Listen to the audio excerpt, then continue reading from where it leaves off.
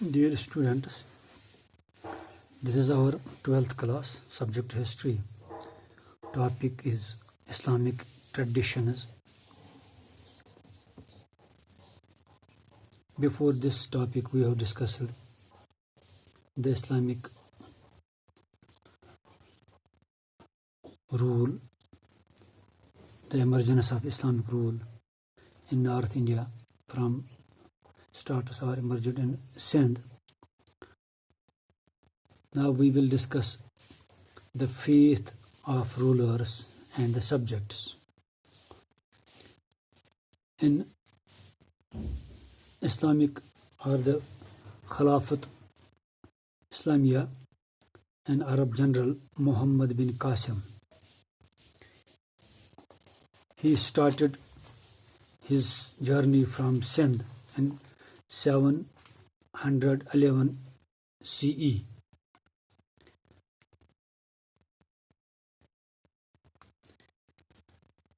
He conquered Sindh and Sindh became the part and parcel of the Caliphate or the Khalifa domain. Later in 13th century, the Turks, the Afghans, established Delhi Sultanate in 13th century. Afterwards, Mughal rule starts and the regional states from 16th to 18th century. So this was a period where the Islamic rule commenced or emerged in India, right from North India, from Sindh or Punjab, and afterwards the whole India was under the rule of Mughals, under the rule of Afghans, Turks, and later in 18th century or 6th to 18th century and the Mughals, under the Mughals. During this period, the role of ulemas with Sharia status. The rulers, Islamic rulers,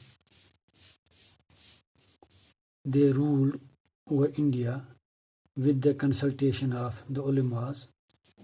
Not all, but a few. They consulted the ulemas while deciding the fate of the Sharia or the administration. And the Shariat, during this period, there were different terms. For example, we have Zimmi and the Jizya. Zimmi were the people who were subjected. The non-Muslims were, especially in the word Zimmi stands the Jews and the Christians in Arab, and in India the non-Muslims, they have to pay a separate tax known as the Jizya for the protection of their life and property, and the tax was known as the Jizya. Shariat, not all but a few rulers adopted fairly and flexible policy towards their subjects, towards Hindus, towards Jains, towards Christians, towards Jews, and gave different types of lands to the non-Muslims for the construction of religious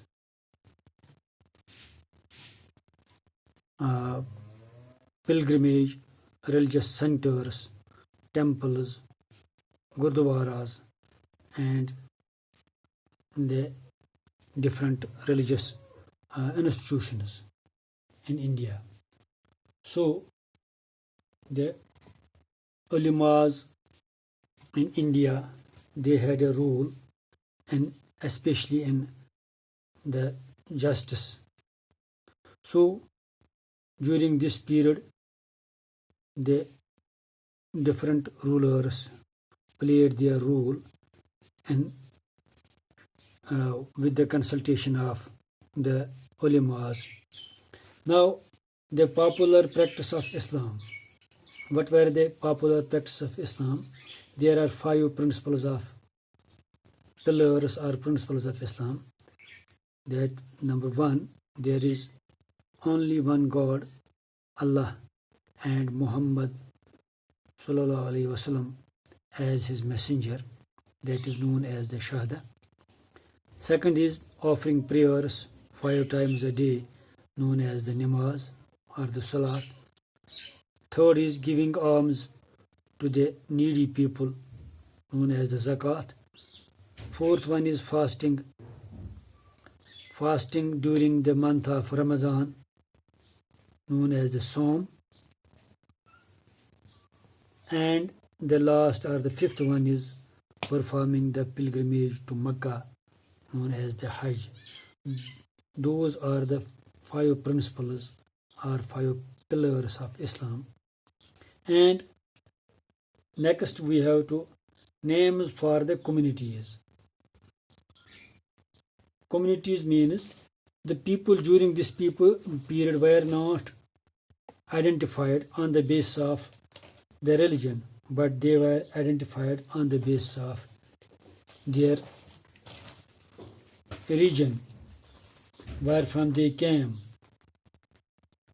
Their identity was on the basis of, for example, we have the Muslim term, and the Muslim term was not used for the people, but especially if we will say the foreigners, we will say regarding the Turks, regarding the Afghans, regarding the Uzbeks. So the people from Turkish, from Tajiks, they were referred to as the Shakas. उनके बारे में कहा जाता था कि वो शाकाज से ताल्लुक़ रखते हैं, वो फॉरेनर्स हैं. इसी तरह जो मुसलमान टर्म और मुस्लिम टर्म ये बहुत कम इस्तेमाल हुआ करती थी, क्योंकि इनके बारे में ये कहा जाता था कि दे आर द फॉरेनर्स, ये टर्कस हैं, they are the Turks, they are the Uzbeks, they are the Afghans, they are the other people, not as the Muslims. Next we have the growth of Sufism, the most important topic, that is the growth of Sufism. Now what does this word Sufi means? We have 3 terms regarding the word Sufism, and the word Sufism derived from first Suf.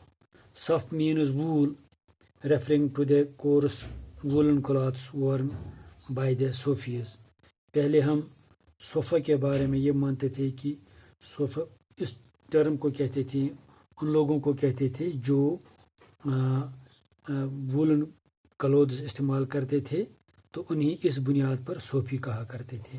Second we have the सफ़ा, meaning the purity, यानी वो पवित्र लोग थे, वो बहुत ही साफ पाक लोग थे.